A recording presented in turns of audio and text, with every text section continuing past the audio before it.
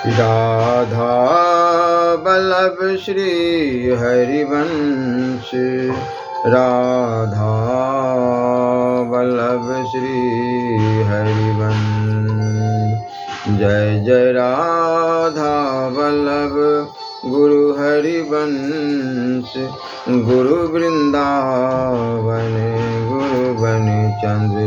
जय जय राधा वल्लभ श्री हरिवंश, श्री वृंदावन श्री वनचंद्र। नारायणं नमस्कृत्यं नरं च नरोत्तमं, देवी सरस्वती व्यासं ततो जयमुदीरये। राधा मेरी माता है, पिता मेरे घनश्याम, इन दोनों की चरणों में मेरा कोटि कोटि प्रणाम। ओम श्री परमात्मने नमः। श्री गणेशाय नमः। ऋचिक, जमदग्नि और परशुराम जी का चरित्र। श्री सुखदेव जी महाराज कहते हैं, परीक्षित, उर्वशी के गर्भ से पूर्वा के 6 पुत्र हुए। आयु, श्रुतायु, सत्यायु, रई, विजय और जय। श्रुतायु का पुत्र था वसुमान, सत्यायु का श्रुतुंजय, रय का एक और जय का अमित, विजय का भीम, भीम का कांचन, कांचन का होत्र और होत्र का पुत्र था जन्हू। जन्हू वही थे जो गंगा जी को अपनी अंजलि में लेकर पी गए थे। जन्हू का पुत्र था पुरु, पुरु का बालाक और बालाक का अजक, अजक का कुश था। कुश के 4 पुत्र थे, कुशाम्बु, तनय, वसु और कुशनाभ। इनमें से कुशाम्बु के पुत्र गाधी हुए। परीक्षित, गाधी की कन्या का नाम था सत्यवती। ऋचिक ऋषि ने गाधी से उनकी कन्या मांगी। गाधी ने यह समझकर कि यह कन्या के योग्य वर नहीं है, ऋचिक से कहा, मुनिवर, हम लोग कुशी वंश के ही हमारी कन्या मिलनी कठिन है, इसलिए आप 1000 ऐसे घोड़े लाकर मुझे शुल्क रूप से दीजिए, जिनका सारा शरीर तो श्वेत हो, परंतु एक एक कान श्याम वर्ण का हो।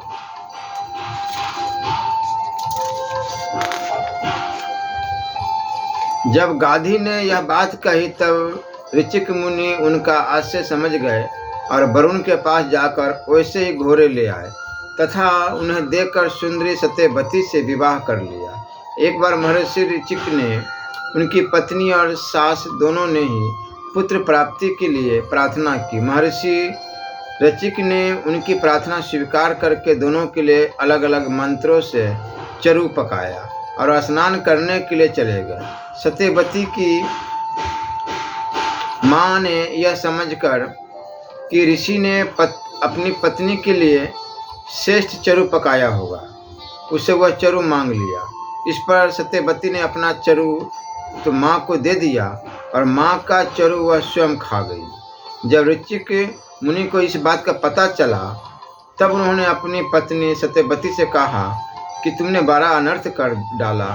अब तुम्हारा पुत्र तो लोगों को दंड देने वाला और घोर प्रकृति का होगा और तुम्हारा भाई होगा एक श्रेष्ठ ब्रह्मवेत्ता। सत्यवती ने ऋचिक मुनि को प्रसन्न किया और प्रार्थना की कि स्वामी, ऐसा नहीं होना चाहिए। तब उन्होंने कहा, अच्छी बात है, पुत्र के बदले तुम्हारा पुत्र वैसा घोर प्रकृति का होगा।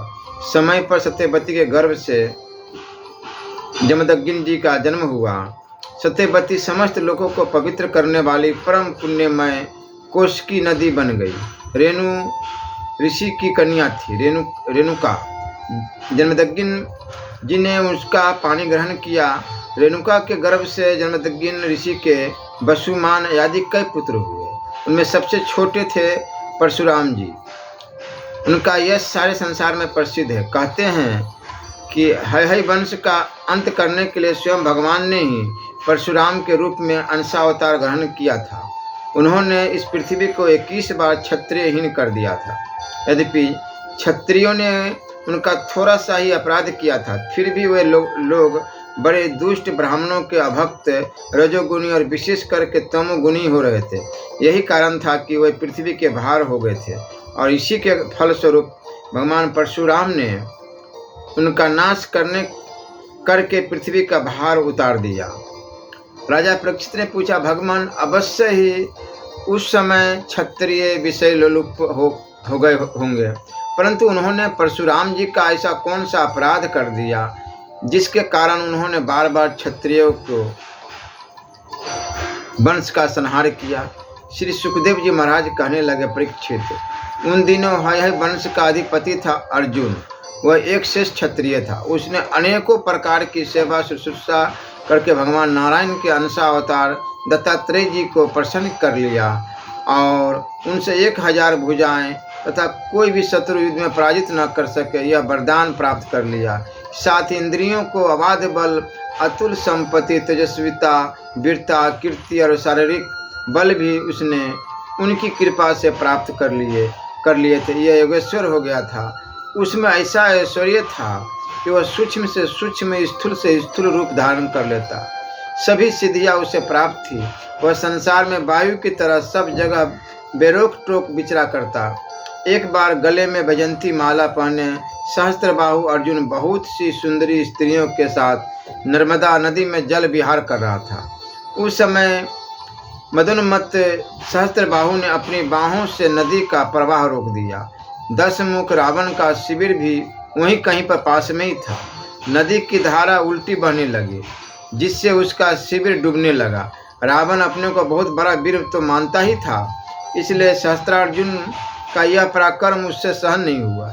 जब रावण सहस्त्रबाहु अर्जुन के पास जाकर बुरा भला कहने लगा, तब उसने स्त्रियों के सामने ही खेल खेल में रावण को पकड़ लिया और अपनी राजधानी महिष्मती में ले जाकर बंदर के समान कैद कर लिया।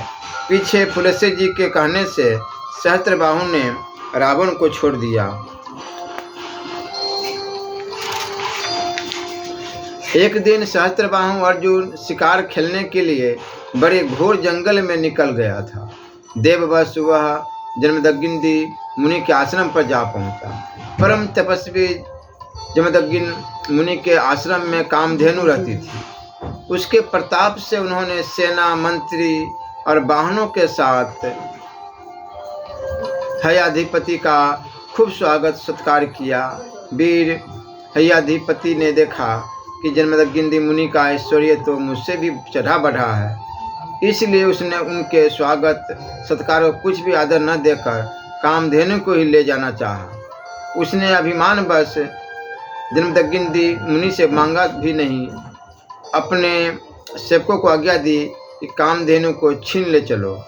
उसकी आज्ञा से उसके सेवक बछड़े के साथ बाँ डकराती हुई कामधेनु को बलपूर्वक महिष्मतीपुरी ले गए।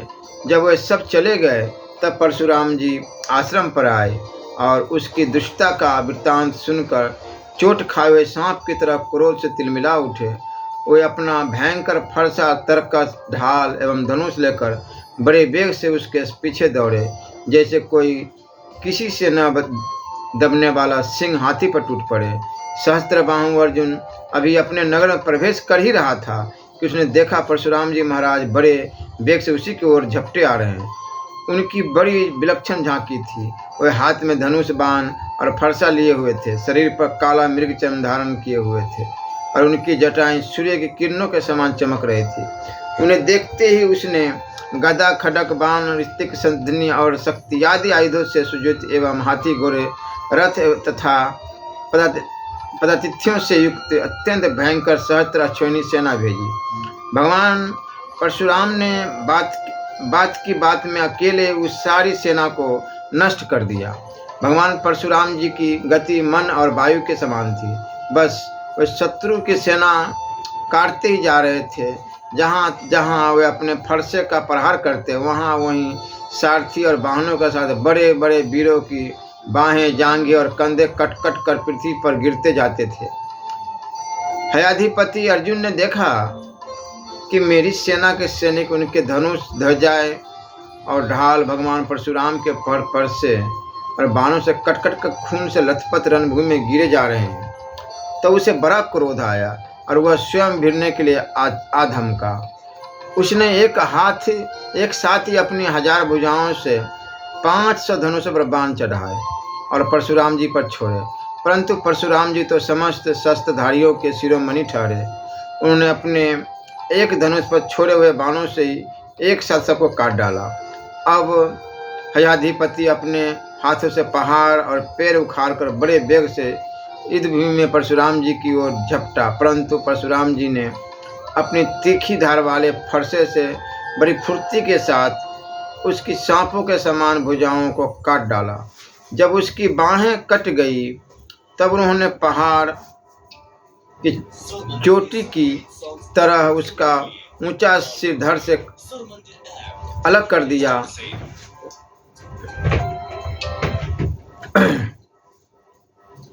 पिता के मर जाने पर उसके 10,000 लड़के डरकर भग गए। परीक्षित, विपक्षी वीरों के नाशक परशुराम जी ने बछड़े के साथ कामधेनु लौटा ली। वह बहुत ही दुखी हो रही थी। उन्होंने उसे अपने आश्रम पर लाकर पिताजी को सौंप दिया और महिषमती में सहस्त्रबाहु ने तथा उन्होंने जो कुछ किया था सब अपने पिताजी की तथा भाइयों को कह सुनाया। सब कुछ सुनकर जमदग्नि जी मुनि ने कहा, हाय हाय परशुराम, तुमने बड़ा पाप किया। राम राम, तुम बड़े वीर हो, परंतु सर्वदेवमय नरदेव का तुमने व्यर्थ ही वध किया। बेटा, हम लोग ब्राह्मण हैं, क्षमा के प्रभाव से ही हम संसार में पूजनीय हुए हैं। और तो क्या, सबके दाता ब्रह्मा जी भी क्षमा के बल से ही ब्रह्म पद को प्राप्त हुए हैं। ब्राह्मणों की शोभा क्षमा के द्वारा ही सूर्य की प्रभा के समान चमक उठती है। सर्वशक्तिमान भगवान श्री हरि भी क्षमा बाणों पर ही शीघ्र प्रसन्न होते हैं। बेटा, सार्वभौम राजा का वध ब्राह्मण की हत्या से भी बढ़कर है।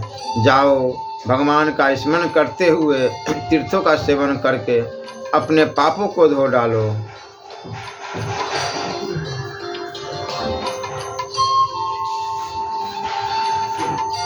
श्री सुखदेव जी महाराज कहते हैं, परीक्षित, अपने पिता की यह शिक्षा भगवान परशुराम ने जो आज्ञा कहकर स्वीकार की, इसके बाद वो 1 वर्ष तक तीर्थ यात्रा करके अपने आश्रम पर लौटा।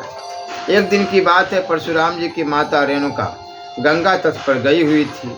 वहाँ उन्होंने देखा कि गंधर्वराज चित्ररथ कमलों की माला पहने अप्सराओं के साथ विहार कर रहा है। वह जल लाने के लिए नदी तट पर गई थी, परंतु वहाँ जल क्रीड़ा करते हुए गंधर्व को देखने लगी और पतिक देव के हवन का समय हो गया था। इस बात को भूल गई। उनका मन कुछ चित्ररथ की ओर खिंच भी गया था।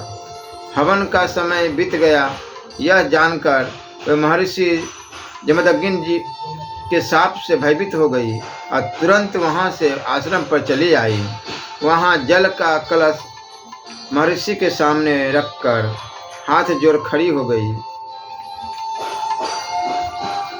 जमदग्नि जी मुनि ने अपनी पत्नी का मानसिक व्यभिचार जान लिया और क्रोध करके कहा, मेरे पुत्रों, इस पापनी को मार डालो। परंतु उनके किसी भी पुत्र ने उनकी वह आज्ञा स्वीकार नहीं की। इसके बाद पिता की आज्ञा से परशुराम जी ने माता के साथ सब भाइयों को भी मार डाला। इसका कारण था वे अपने पिताजी के योग और तपस्या का प्रभाव भली भांति जानते थे। परशुराम जी के इस काम से सत्यवती नंदन महर्षि जमदग्नि जी बहुत प्रसन्न हुए और उन्होंने कहा, बेटा, तुम्हारी जो इच्छा हो वर मांग लो। परशुराम जी ने कहा, पिताजी, मेरी माता और सब भाई जीवित हो जाए तथा उन्हें इस बात की याद न रहे कि मैंने उन्हें मारा था। परशुराम जी के इस प्रकार कहते ही जैसे कोई सोकर उठे, सब के सब अनायास ही सकुशल उठ बैठे। परशुराम जी ने अपने पिताजी का तपो बल जानकर ही तो अपने सुहृदों का वध किया था। परीक्षित, सहस्त्रबाहु अर्जुन के जो लड़के परशु राम जी से हार कर भाग गए थे, उन्हें अपने पिता के वध की याद निरंतर बनी रहती थी। कहीं एक क्षण के लिए भी उन्हें चैन नहीं मिलता था। एक दिन की बात है, परशुराम जी अपने भाइयों के साथ आश्रम से बाहर वन की ओर गए हुए थे। एक अवसर पाकर बैर साधने के लिए सहस्त्रबाहु के लड़के वहां आ पहुंचे। उस समय महर्षि जमदग्नि जी अग्निशाला में बैठे हुए थे और अपनी समस्त वृत्तियों से पवित्र कीर्ति भगवान के ही चिंतन में मग्न हो रहे थे। उन्हें बाहर की कोई सुध न थी।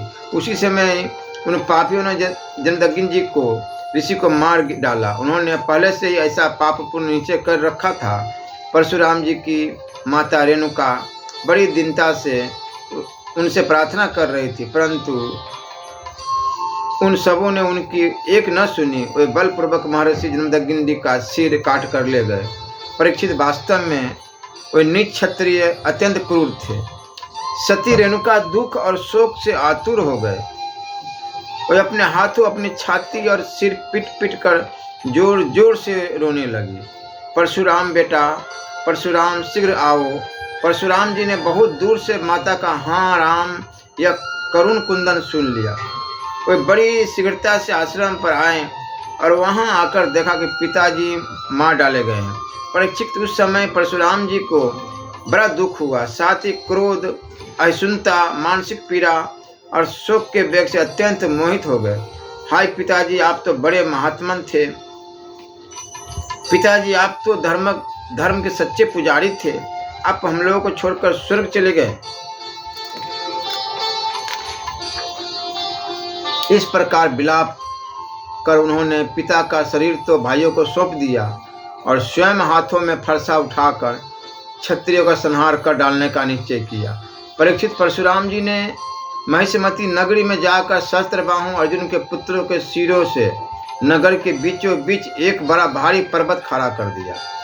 उस नगर की शोभा तो उन ब्रह्मघाती नीच क्षत्रियों के कारण ही नष्ट हो चुकी थी। उनके रक्त से एक बड़ी भयंकर नदी बह निकली, जिसे देखकर ब्राह्मण द्रोहियों का हृदय भय से कांप उठता था। भगवान ने देखा कि वर्तमान क्षत्रिय अत्याचारी हो गए हैं, इसलिए राजन उन्होंने अपने पिता के वध को निमित्त बनाकर 21 बार पृथ्वी को क्षत्रियहीन कर दिया और कुरुक्षेत्र के समंत पंचक में ऐसे 5 तालाब बना दिए जो रक्त के जल से भरे हुए थे। परशुराम जी ने अपने पिताजी का सिर लाकर उनके धड़ से जोड़ दिया और यज्ञों द्वारा सर्वदेवमय आत्मस्वरूप भगवान का यजन किया। योग में उन्होंने पूर्व दिशा होता को, दक्षिण दिशा ब्रह्मा को, पश्चिम दिशा उधर्व को और उत्तर दिशा सामगान करने वाले उद्गाता को दे दी। इसी प्रकार अग्निकोण यादि विदिशाएं ऋत बीजों को दी। कश्यप जी को मध्य भूमि दी, उपद्रष्टा को आर्यावर्त दिया, तब दूसरे सदस्य को अन्य दिशाएं प्रदान कर दी। इसके बाद यज्ञांत स्नान करके वे समस्त पापों से मुक्त हो गए और ब्रह्म नदी सरस्वती के तट पर मेघ रहित सूर्य के समान शोभायमान हुए। महर्षि जमदग्नि को स्मृति रूप संकल्पमय शरीर की प्राप्ति हो गई। परशुराम जी से सम्मानित होकर वे सप्तऋषियों के मंडल में 7वें ऋषि हो गए। परीक्षित कमल लोचन जमदग्नि नंदन भगवान परशुराम आगामी मनमंत्र में सप्तऋषियों के मंडल में रहकर वेदों का विस्तार करेंगे और आज भी किसी को किसी प्रकार का दंड न देते हुए शांत चित्त से महेंद्र पर्वत पर निवास करते हैं। वहाँ सिद्ध गंधर्व और चारण उनके चरित्र का मधुर स्वर से गान करते रहते हैं। सर्वशक्तिमान विश्वात्मा भगवान श्रीहरि ने इस प्रकार भृगुवंशियों में अवतार ग्रहण करके पृथ्वी के भारभूत प्रजाओं का बहुत बार वध किया। महाराज गाधी के पुत्र हुए प्रज्वलित अग्नि के समान परम तेजस्वी विश्वामित्र जी, इन्होंने अपने तपोबल से क्षत्रिय तवक का त्याग करके ब्रह्म तेज प्राप्त कर लिया। परीक्षित विश्वामित्र जी के 100 पुत्र थे। उनमें बिचले पुत्र का नाम था मधुछंदा, इसलिए सभी पुत्र मधुछंदा के ही इस नाम से विख्यात हुए। विश्वामित्र जी ने भृगुवंशी अजिगर्त के पुत्र अपने भांजे सुनु शेप को, जिसका एक नाम देवराज भी था, पुत्र रूप में स्वीकार कर लिया और अपने पुत्रों से कहा कि तुम लोग इसे अपना बड़ा भाई मानो। यह वही प्रसिद्ध भृगुवंशी सुनशेप था जो हरिश्चंद्र के यज्ञ में यज्ञ पशु के रूप में मोल लेकर लाया गया था। विश्वामित्र जी ने प्रजापति, वरुण आदि देवताओं की स्तुति करके उसे पास बंधन से छुड़ा दिया था। देवताओं के यज्ञ में यही सुनसेप देवताओं द्वारा विश्वामित्र जी को दिया गया था। अतः देवरातः इतर व्यक्ति के अनुसार गाधी वंश में यह तपस्वी देवरात नाम से विख्यात हुआ। विश्वामित्र जी के पुत्रों में जो बड़े थे उन्हें सुनहसेप को बड़ा भाई मानने की बात अच्छी न लगी। इस पर विश्वामित्र जी ने क्रोधित होकर उन्हें शाप दे दिया कि दुष्टों, तुम सब मलेच्छ हो जाओ। इस प्रकार जब 49 भाई मलेच्छ हो गए तब विश्वामित्र जी के बिचले पुत्र मधुछंदा ने अपने से छोटे 50 भाइयों के साथ कहा, पिताजी, आप हम लोगों को जो आज्ञा करते हैं हम उसका पालन करने के लिए तैयार है। यह कहकर मधुछंदा मंत्रद्रष्टा सुनहसेप को बड़ा भाई स्वीकार कर लिया और कहा कि हम सब तुम्हारे अनुयायी छोटे भाई हैं। तब विश्वामित्र जी ने अपने उन आज्ञाकारी पुत्रों से कहा, तुम लोगों ने मेरी बात मानकर मेरे सम्मान की रक्षा की है, इसलिए तुम लोग जैसे सुपुत्र प्राप्त करके मैं धन्य हुआ। मैं तुम्हें आशीर्वाद देता हूँ कि तुम्हें भी सुपुत्र प्राप्त हो।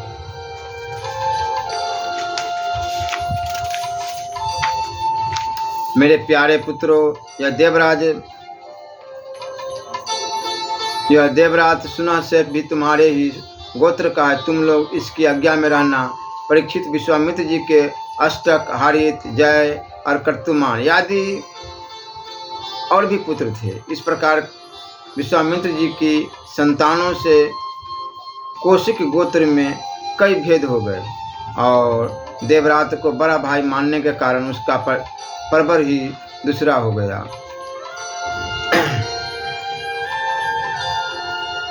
आए की प्रसंग फिर सुनाएंगे। श्री राधा वल्लभ लाल की जय।